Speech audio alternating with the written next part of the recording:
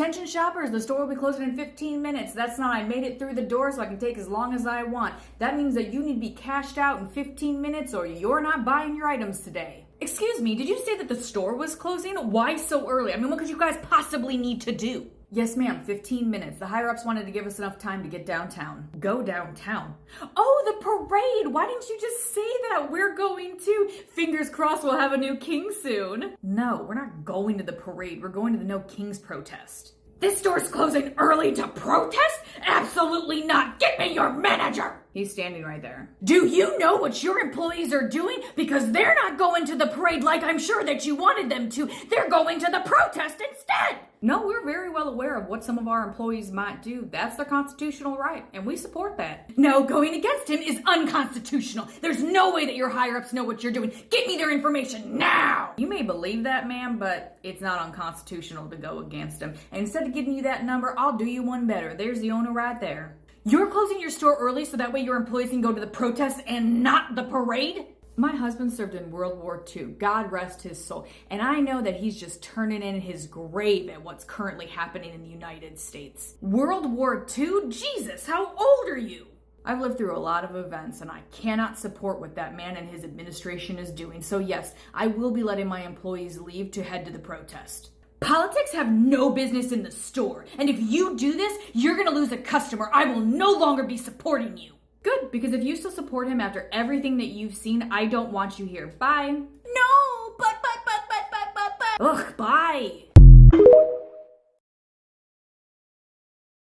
Attention everyone at the store, my name's Karen and I have a very important announcement to make that I'm sure that every single one of you will care very deeply about. Who's Karen? I have no idea. Yeah, no clue, but let's hear what she has to say. Since the store decided to close early yesterday, I do not agree with how the store is being operated. And due to that, I will no longer be shopping at this store. Why would we care if you don't agree how this store is being operated? Yeah, you don't even work here. Why would you have any say with how this store is being operated? Yeah, last time I checked, Ron and I were the managers, not Karen. My opinion's the only opinion that should matter because I'm a customer and I just told you that I'm not gonna be shopping here anymore. I'm just gonna go ahead and take that from you because, ma'am, this is not an airport. I know this isn't an airport. Then why are you announcing your departure? None of us care. That was the point of closing early yesterday. Out of 898,000 customers, only 200 decided to not shop at this store anymore. When I say that I'm not gonna shop here anymore because I don't like how this store is operating, that means that you change how you're running this store. No, it means that I don't want your business and that you can get fucked.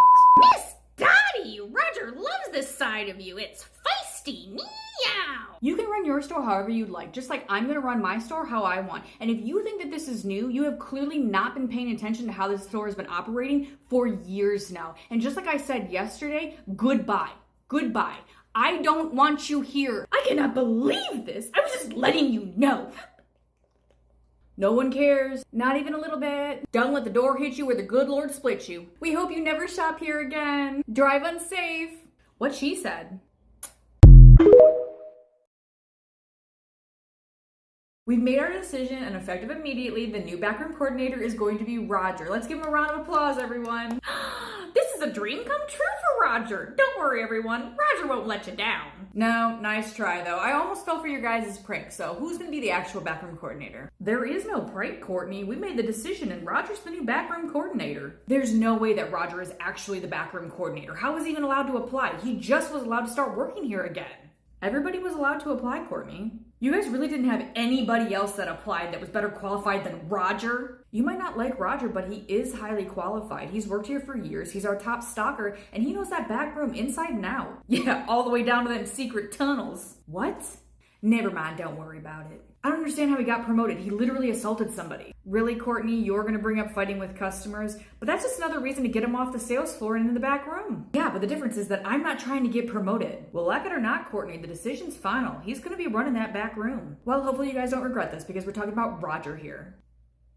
Loser. Are you kidding me right now? Look what he's doing. He's just standing there, Courtney. Whatever issue that you guys have with each other, you need to squash it because you guys are at work and at the end of the day, you're on the same team. So figure it out. Well, I'm taking my lunch because I need time to process this whole situation. We'll process it fast because Roger's the new backroom coordinator. Good morning, everyone. Today's Roger's first day of running the back, and the truck today has 1,700 pieces. 1,700 pieces? How long do we have to process this truck? A couple days? We're short-staffed today. 2 people called out. No one told Roger that 2 people called out. Let's see, when's it due by? It's getting picked up today! You need to go talk to one of the managers because I don't see us being able to finish this today. We don't have all of our stuff delivered on pallets where you just go in and offload it. They're literally individual boxes that you have to offload per box, and that's not even including that you have to assemble most of it. Roger's not running to the managers within the first 5 minutes of running the back. What if we just take all of the boxes off the truck and throw them in the back room until we're ready to process them? Take a look around, Roger. Where do you see this space? There's literally no room to store anything back here. It's literally filled with hardware for the store. It has to go from the truck to the sales floor. Yeah, you're right. We don't have any space for any type of backstock back here. So this is what we're going to do. Roger's going to hop on the line. That way we'll only be down 1 person, and we're just really going to get it, and then we'll see where we're at lunch. Hey, so I actually know that this is the worst timing possible, but the compactor went out. The compactor went down too? There's 1,700 cardboard boxes on this truck. Even if we break it down, where are we going to store it? Yeah, and it normally takes a day or 2 to get somebody out here to service it, so you might want to let the managers know, like, now. Roger can't believe this. Everything's going wrong, and it's only day 1. Yeah, which is why none of us applied for the position, because nobody wants to deal with all of this. Yeah, Roger's finding that out now. Hey Noah, can we switch lines for today's truck? I mean, yeah, but are you sure? My line has a lot more lifting. Oh my gosh, thank you. And no, don't even worry about it, it's fine. What happened, Bridget? Why do you want to switch lines? Nothing, I just wanted to change a pace. Bridget, come on, what's going on? Okay, but this stays between us. You know how the managers pulled Kevin from the sales floor to process the trucks in the back room? What? The managers didn't pull Kevin. He specifically asked to be transferred. I knew I wasn't making something out of nothing. He told me that they pulled him from the sales floor and that he didn't have a choice and that he's being forced to work back here. A week before that, he asked me out and I politely declined and I told him that I had a boyfriend. Okay. In the beginning, I noticed that he would make excuses to have to cross my path on the line so that way he would stop and make a comment to me. Which was annoying, but it was only 1 or 2 days a week. But then he changed his availability so that it's the exact same as mine. We literally have the exact same schedule now. And then I come into work and they swapped his position, so now he's directly across from me on the processing line. He specifically asked to swap positions to have that spot on the line. Oh, I was already sure of that. And now he treats our 8-hour shift like an 8-hour date. I don't even answer his questions. I try to ignore him. And when I do answer, it's yes, no, I'm really trying to work right now, or I will only talk about my boyfriend. I even tried to use our 1 earbud rule to my advantage. I popped one in and turn away from him, but he used that as an excuse to touch me. So he taps on my shoulder or just gently holds my shoulder. And when I told him not to touch me, he tried to flip it back on me and say that my music was so loud that it was a safety concern because he was trying to warn me of something multiple times, but I couldn't hear him. There was nothing on.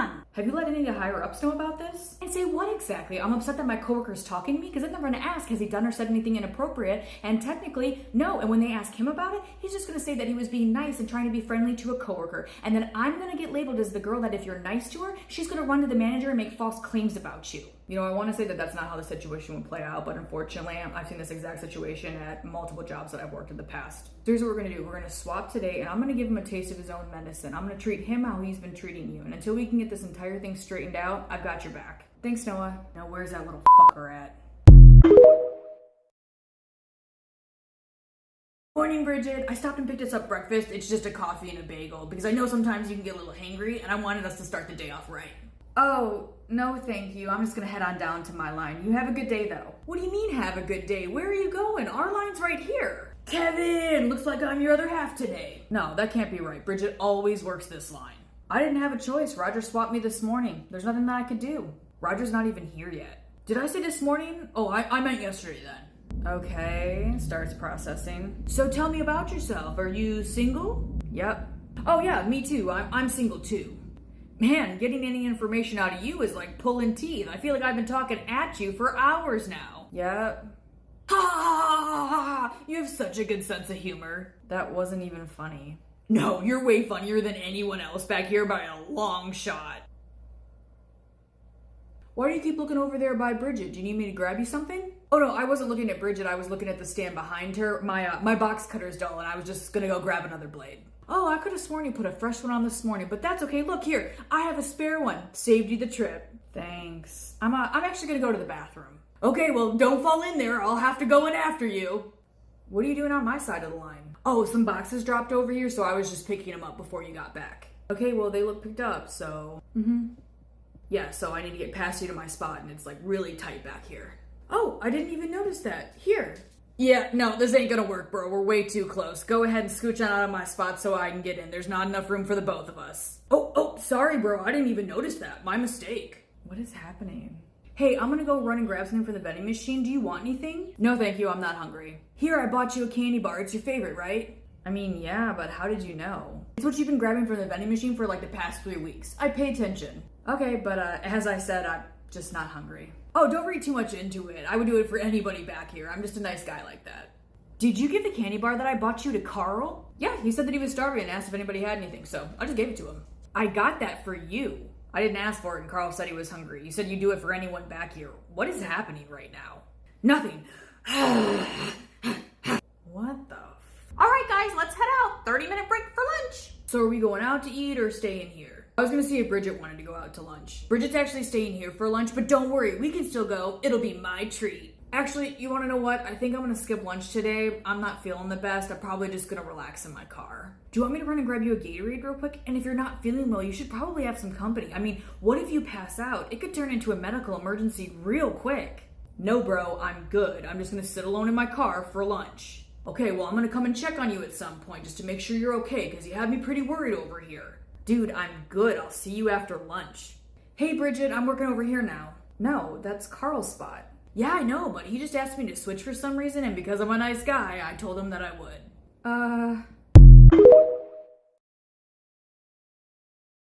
Well, he's just been making me feel really uncomfortable today, and I think he's doing it on purpose. Are you sure? Because that doesn't sound like the Noah that I know. Why do you think that? Well, I know that he lied about Roger telling him that you guys had to swap so that way he'd work across from me because Roger wasn't there that morning or the night before like he claimed. Yeah, so phones exist. Roger could have texted him. You don't even know that. And why would Noah lie about that just to work across from you? Well, he asked if I was single and said that he was too. Okay, people ask their coworkers stuff like that all the time. Did he say anything inappropriate after that or continue to harass you about going out with him? Well, no, but he spent the next 4 hours acting like we were on a date trying to know everything about me. And I was only responding with yes or no, but he just kept on asking. I don't know, it sounds like to me that he was just making small talk because you guys work directly across from each other. Okay, well, I couldn't even look away from it. When I tried to leave the line to get a new blade, he jumped right in so that way I was stuck there with him. Okay, so far all you have is that he was being friendly and making small talk and that he gave you a blade to help you do your job better. Is there anything else? Okay, well, this one, I know I'm not wrong. I went to the bathroom and I came back and he was standing in my line. Okay, well, did he have a reason to be there? Well, yeah, he said that he was picking up some boxes that he dropped before I got back, but when he saw me coming, he didn't move. And then when I said something, he moved just enough so that way I would have to push past him, which means it was gonna be bottom or chest. And when I went to go, it was too tight and I was like, bro, you gotta move. Did he refuse to move or did he not apologize or say, excuse me? Well, no, he did all of that, but I'm telling you, he did it on purpose. He knew that I would have to brush by him and force that interaction so that way I could get to my spot and do my job. It sounds to me like you're making something out of nothing because you need to remember that some people just don't have spatial awareness. I am telling you, he did it on purpose. Well, I've never seen him do anything like that, and it does sound to me like you're misreading the situation. Has he done anything else? Well, he got me a candy bar and he said that he knew it was my favorite because he's been seeing me get it from the vending machine for 3 weeks, so he's been watching me. I'm sorry you're upset that he got you a candy bar. He literally does that for everybody back here. He's a really nice guy. Well, then he got upset that I gave it to Carl and sighed really loud and was huffing while he was moving the boxes. Again, I think you're making something out of nothing because he didn't say anything and sometimes those boxes are heavy, so he was probably just struggling to move the boxes. He didn't have to say anything about it. I know that he was mad about it. Oh, and then when lunch hit, he was like, where are we going? My treat. So then I declined and said, you want to know what? I'm not feeling very good. I'm just going to sit in my car. Well, did he keep pushing it or did he respect your decision? Well, I mean, no, technically he respected it, but then he offered to get me a Gatorade and said that I shouldn't be alone in my car, and then he offered to check on me. Sorry, I'm with Noah on this one. If you weren't feeling well, you should have taken the Gatorade, and somebody did need to check on you. People pass out all the time in this back room. It's hot back here. Bridget, I'm telling you that he's doing this on purpose. I'm not making this up. Well, I've known Noah for a really long time and I've never been treated that way by him or even witnessed any of the behavior that you're describing. It just really doesn't sound like something that Noah would do.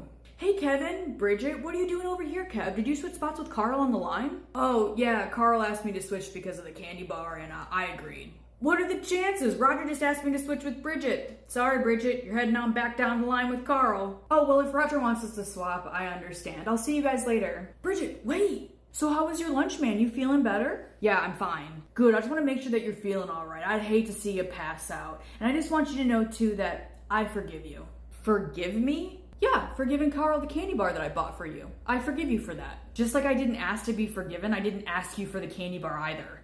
I know, but just in case, I didn't want there to be any bad blood in the workplace because I really value our friendship as coworkers.